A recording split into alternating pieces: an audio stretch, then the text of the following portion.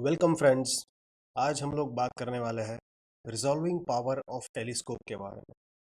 आप सब ने टेलीस्कोप के बारे में तो सुना ही होगा, लेकिन वो टेलीस्कोप एक रिजॉल्विंग पावर से हम लोग डिफाइन करेंगे। टेलीस्कोप का बेसिक यूज़ क्या होता है, हम लोग टेलीस्कोप जनरली क्यों यूज़ करते हैं? दूर के सितारों को देखने के लिए यूज़ करते हैं, राइट? या फिर किसी और दूर की चीज़ को देखने के लिए यूज़ करते हैं। तो वो जो देखने की शक्ति है, राइट, जिस पे हम लोग आज बात करने वाले हैं, that is something which is called as resolving power. उसका एग्जैक्ट डेफिनेशन और उसकी समझ हम लोग आज इसके बारे में पढ़ेंगे। सो HVPGR कड़ी welcomes you all for the study of this experiment. लेकिन शुरू करने से पहले मैं एक छोटी सी कहानी आपको सुनाऊंगा। ये कहानी है एक दादी और उसकी पोती की। रात के वक्त ये लोग स्काई गेजिंग कर रहे थे, मतलब as you all can see, वो लोग सितारों को देख रहे थे। देखते देखते दादी की नज़र एक ऐसे ग्रुप या एक ऐसे पेयर ऑफ स्टार्स पे पड़ी, तो उनको दूर से ये दिखा कि वो दोनों तारे एक दूसरे से काफ़ी नज़दीक आ गए and they are very much close to each other. तो उसने तुरंत अपनी पोती को बोला, look Winnie, the two stars are clubbed with each other. लेकिन वीनी जो थी वो तो यंग थी। उसने जब उस तरफ देखा तब उसे दोनों सितारे अलग अलग दिखाई दिए और उसने कहा, no granny, you have grown old, they are apart. अब इस एक्सपेरिमेंट या इस स्टोरी के पीछे का रहस्य क्या है? हम जानते हैं कि दादी माँ ओल्ड है, शी इज़ एजेड, सो उसकी कमज़ोर नज़र उसे दोनों सितारों को एक जैसा दिखा रही है या एकदम नज़दीक दिखा रही है।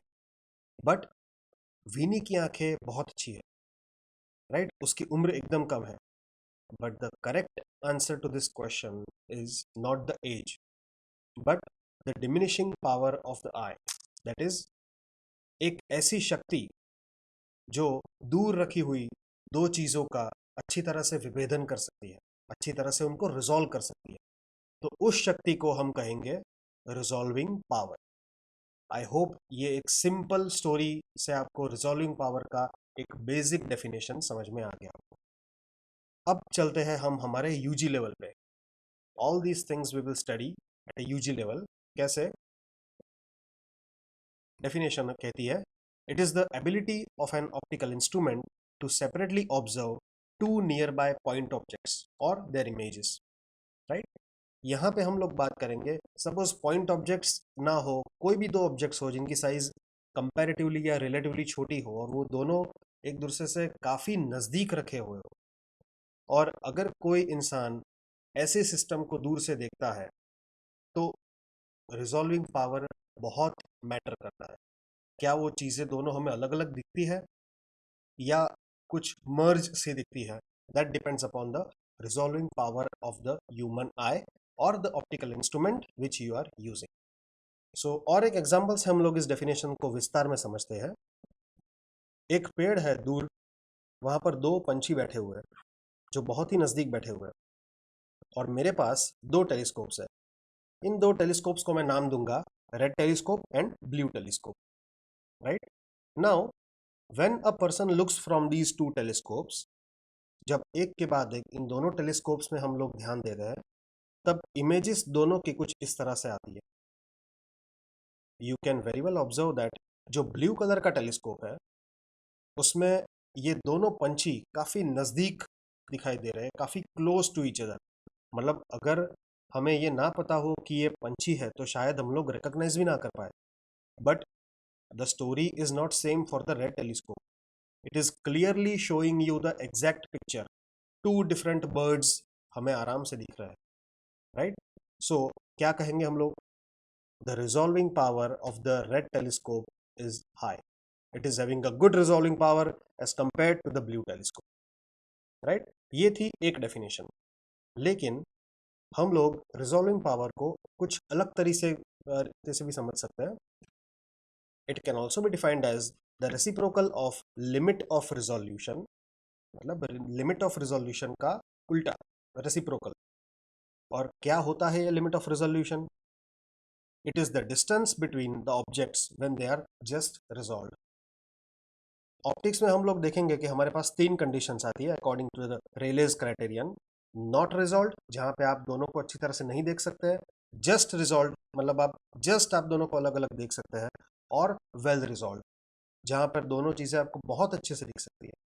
तो this theory basically belongs to the Rayleigh criterion, जिसके बारे में हम फिलहाल बात नहीं करेंगे बिकॉज उस पूरी थियरी का एक्सप्लेनेशन हमें और ज़्यादा टाइम दे सकता है. तो हम लोग इस लेक्चर में specifically resolving power of telescope के बारे में बात करेंगे.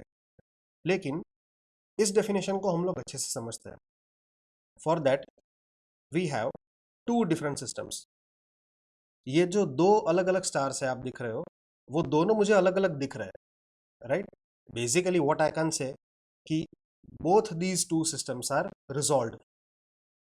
लेकिन एक डिफरेंस आप लोग देख सकते हैं कि जो पहली सिस्टम है उसमें जो डिस्टेंस है सपोज D2, वो थोड़ा ज़्यादा है as compare to the below system जिनके बीच डिस्टेंस है D1, जो थोड़ा सा कम है. और ये जो डिस्टेंस है that is the limit of resolution. अब हम लोग बात करते हैं in terms of telescope. Again मैं मेरे वही दो टेलीस्कोप्स को चेक करूंगा कि चलो एक डेफिनेशन से तो मुझे रेड टेलीस्कोप अच्छा मिल रहा है, क्या दूसरे डेफिनेशन से भी मुझे रेड टेलीस्कोप मिल रहा है या नहीं. So what I will see is, अगर मैं नीचे वाले सिस्टम मतलब जिनके बीच में डिस्टेंस कम है D1 है, वो सिस्टम को अगर मैं मेरे ब्लू वाले टेलीस्कोप से देखता हूं तो शायद मुझे पहली वाली इमेज ना दिखे, बल्कि मुझे एक क्लब्ड वाली इमेज दिखे जो आप देख सकते हैं.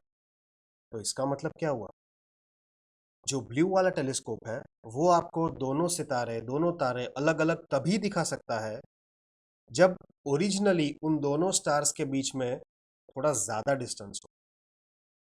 वरना फिर अगर आपको ऐसी कोई सिस्टम देखनी है कि जिनके बीच में डिस्टेंस बहुत कम हो, तो ये ब्लू वाला टेलीस्कोप आपको दोनों सितारों को अलग अलग नहीं दिखा पाएगा. It will show a club image जो आप अभी देख सकते हैं. तो इसका मतलब क्या हुआ, ब्लू टेलीस्कोप तभी अच्छा है अगर ओरिजिनल ऑब्जेक्ट्स एक दूसरे से काफ़ी ज़्यादा अंतर पर है. तो ये तो एक कंडीशन हो गई, एक लिमिटेशन हो गई. So that means it is resolved if the distance is D2 which is large.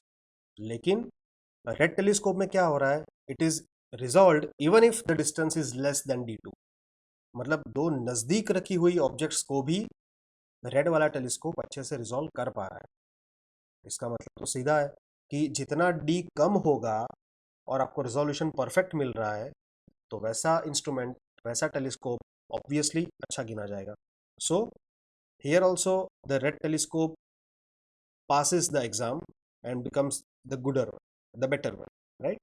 So it is basically able to distinguish the objects which are even more closer.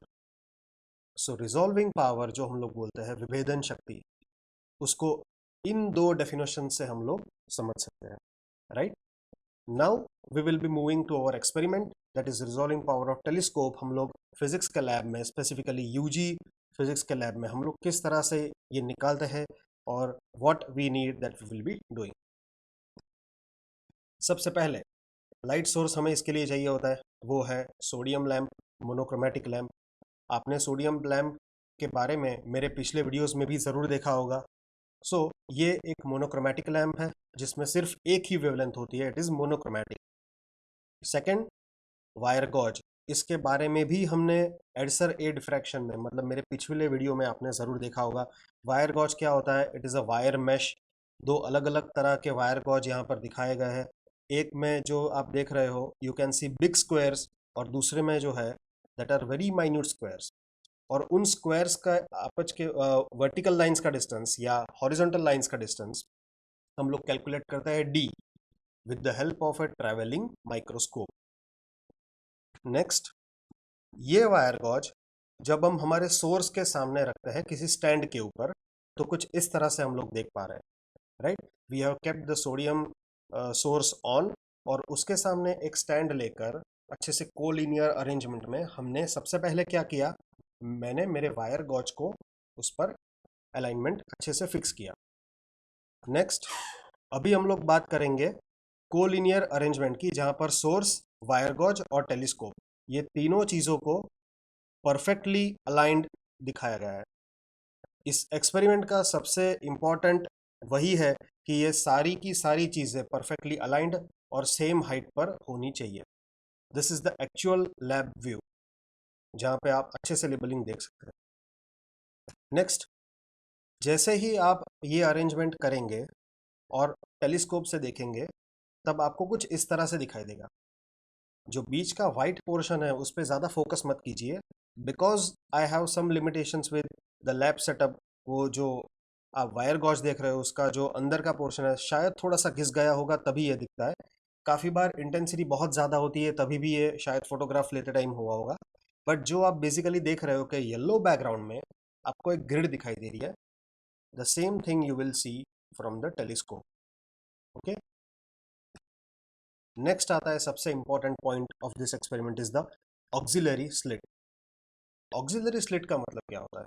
It is an additional slit, एक extra slit जो हम लोग अलग से externally लगा रहे हैं, right? Auxiliary word आपने काफी बार अपने कार में म्यूजिक सुनते टाइम देखा होगा। ऑक्सिलरी केबल क्या होता है? वो आप एक्सटर्नली कोई सोर्स लगाते हैं। So this slit you are externally adding to the experimental setup. सबसे पहले ये तीनों स्लिट्स एक ही है, मैंने अलग अलग एंगल से फोटोग्राफ लिए हुए हैं to focus different things. So this is an auxiliary slit. यहाँ पे हम लोग देख सकते हैं कि जो बीच में जो गैप आ रही है, वो गैप जो है वो हमारी स्लिट है। उसके बाद थोड़ा सा और डिटेल में देखेंगे तो ये जो स्क्रू है, इसको मूव करेंगे तो ये विंडो ओपन और क्लोज होगी। ये सर्कुलर स्केल भी हमें कुछ रीडिंग्स देगी, और यहाँ पे भी एक स्केल है 0 से 5, ये भी हमें कुछ रीडिंग्स देगी। सो इन दोनों स्केल्स का कॉम्बिनेशन करके हमें इस ऑक्सिलरी स्लिट का रीडिंग लेना है। वन मोर थिंग, जैसे हर एक एक्सपेरिमेंट में उसका लीस्ट काउंट मेजर करना ज़रूरी होता है, यहाँ पे भी इसका लीस्ट काउंट हम लोग मेजर कर सकते हैं। फिलहाल यहाँ पे उसका लीस्ट काउंट दिया हुआ है, it is printed on the experimental setup 1/100 mm।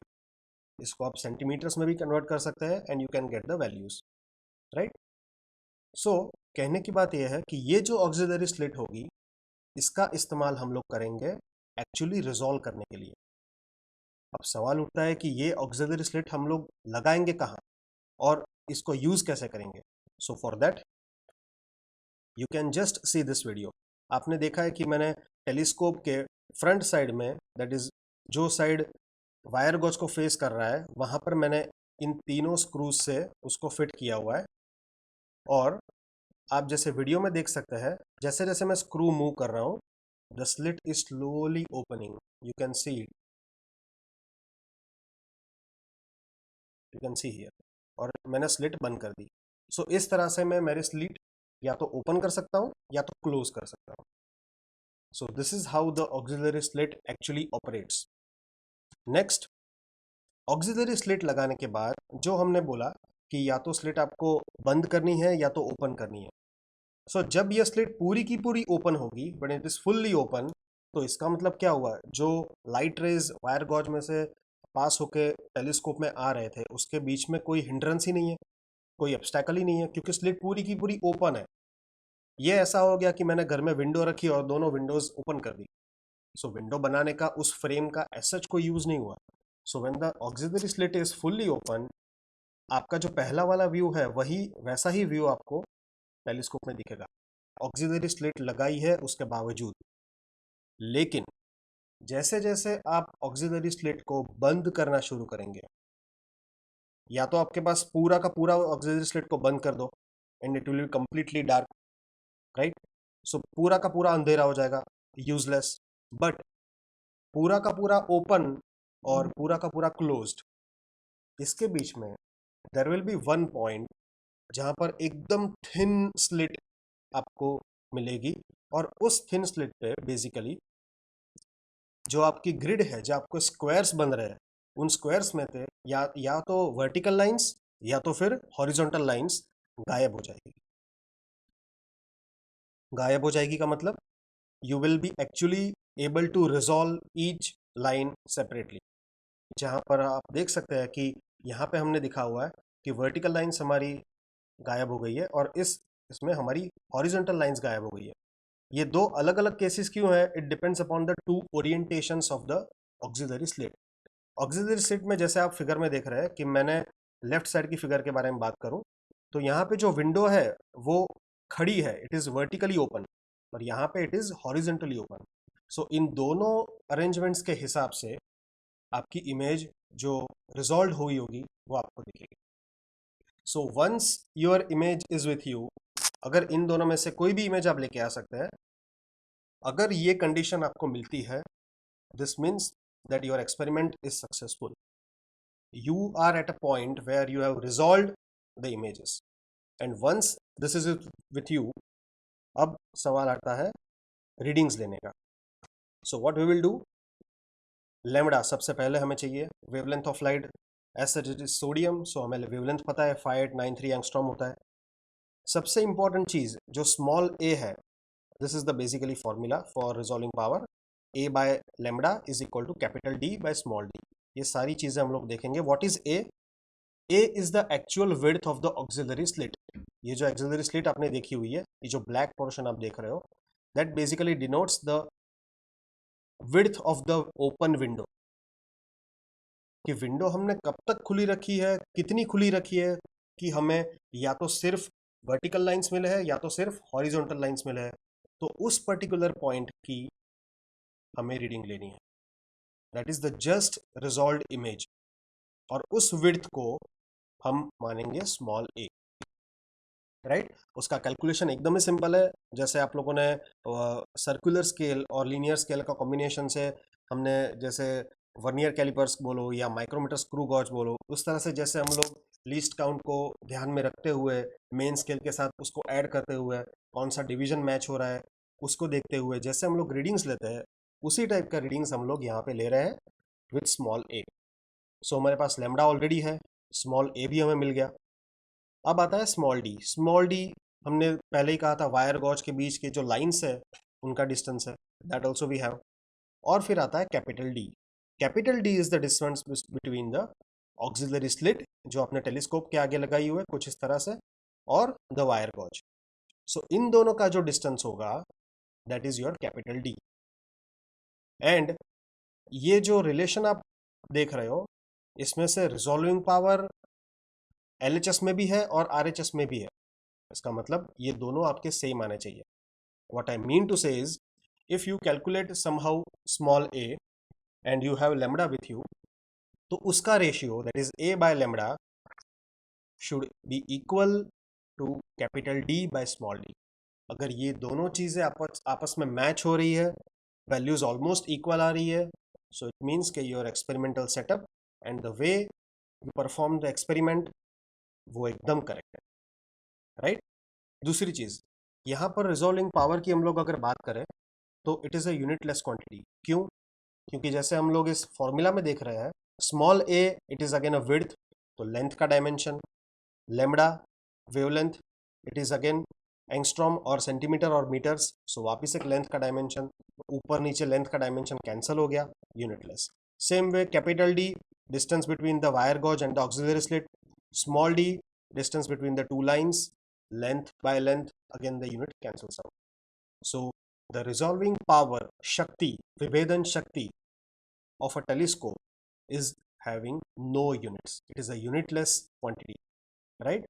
So इस तरह से हम लोग किसी भी टेलीस्कोप का रिजॉल्विंग पावर अच्छे से निकाल सकते हैं। Okay, so I hope you enjoyed the experiment and you understood the experiment stepwise. Thank you very much. Have a nice day.